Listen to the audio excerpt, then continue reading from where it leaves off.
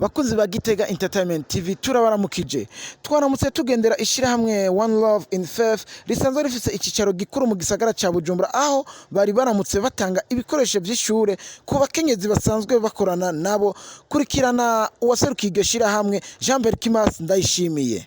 Nitwa Oasis niyo mazina ryo zina rizwi cyane kandi mazina yanjye yitwa Ndayishimiye Jean Berkimas. Naje nserukira ishirahamwe kitwa One Love in Faith Burundi. Ishirahamwe ryatanguye muri 2022 intumbero no kugira ngo dutange notre contribution, dutange ubufasha bwacu ku miryango itishoboye iri hirya no hino mu gihugu c'u Burundi. No musi rero twaje ngaha Igitega tuje kuraba imiryango y'abamama twari twahaye mitahe mito kugira ngo batangure kugira imigambi mito twari twarasezeranye yuko tuza kuraba aho bagejeje hama badusezeranira kandi yuko bazojana abana ku mashuri nk'uko twipfuza, kuko nta terambere ribaho igihe umuntu atagize iterambere mu mutwe. Rero uno munsi kuri no genekerezo twashoboye guhura nabo, naje kugira ngo ndabe by'ukuri yuko ibyo twasezeranye babishikije. Nkuko mwabibonye abana bose baragiye ku mashure, hari abatanguye mu wa mbere, hari n'abandi bariko barabandanya, turiko turabahereza amakaye tubongerereza aho bari bagejeje. Muri make twipfuza gutanga kiri mu mutima nacu dufise n'urukundo.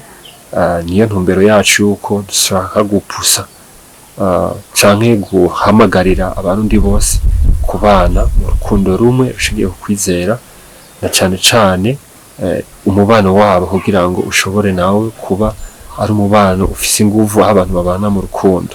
Abantu benshi bakunze kuvuga ngo nabakene, ariko twasanze twebwe ubukene buhagaze mu mutwe.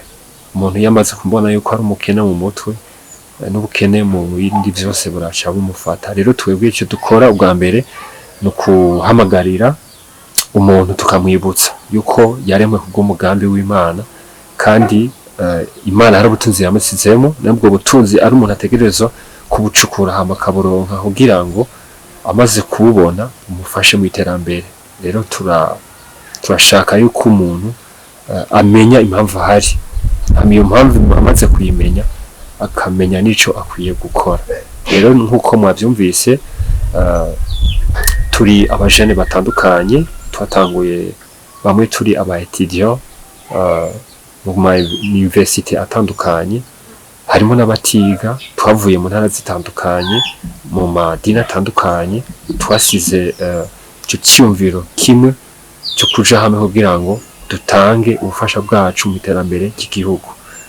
Rero tumaze gukora ibikorwa bitari bike, turaja kuraba abahitanwe n'ibiza, abari bahitanwe n'umuzurira, imiryango yo mu Buterere, turamaze kuja mu mahopito atandukanye Bujumbura, nabo tugiye kubagarukira ko tubaremesha twongera tubaha ubufasha vy'Imana aba yaduhezagije. Rero ubu twashoboye gushika ni mu gihugu hagati, aba mwabonye n'imiryango turiko turafasha, hariho ni equipe ya football nayo twarashoboye kwitanguza kandi biriko irakora. Rero ibyo byose tubikora kugira ngo by'ukuri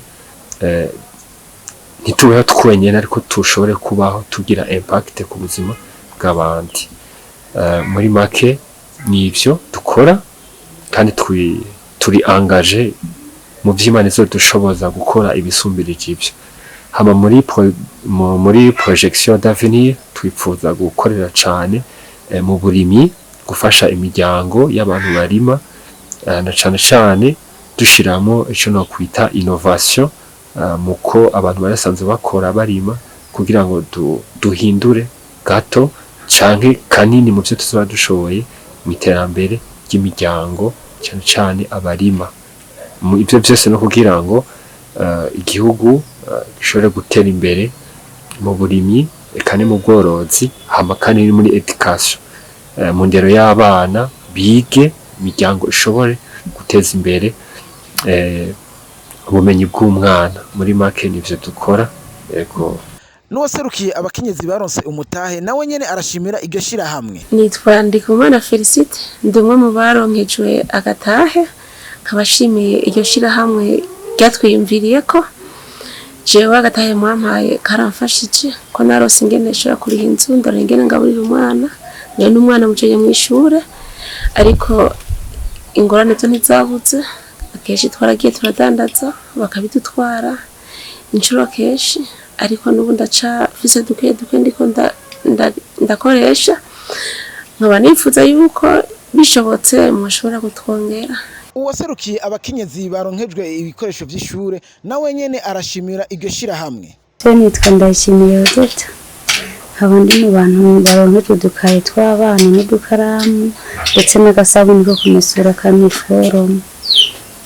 Jewe rero nk'umuvyeyi nserukiye bano bavyeyi turonkanye agakaye hamwe, turanezerewe cane ko turose udukoresho tw'abana kandi turanezerewe n'iri shirahamwe ririko riradufasha.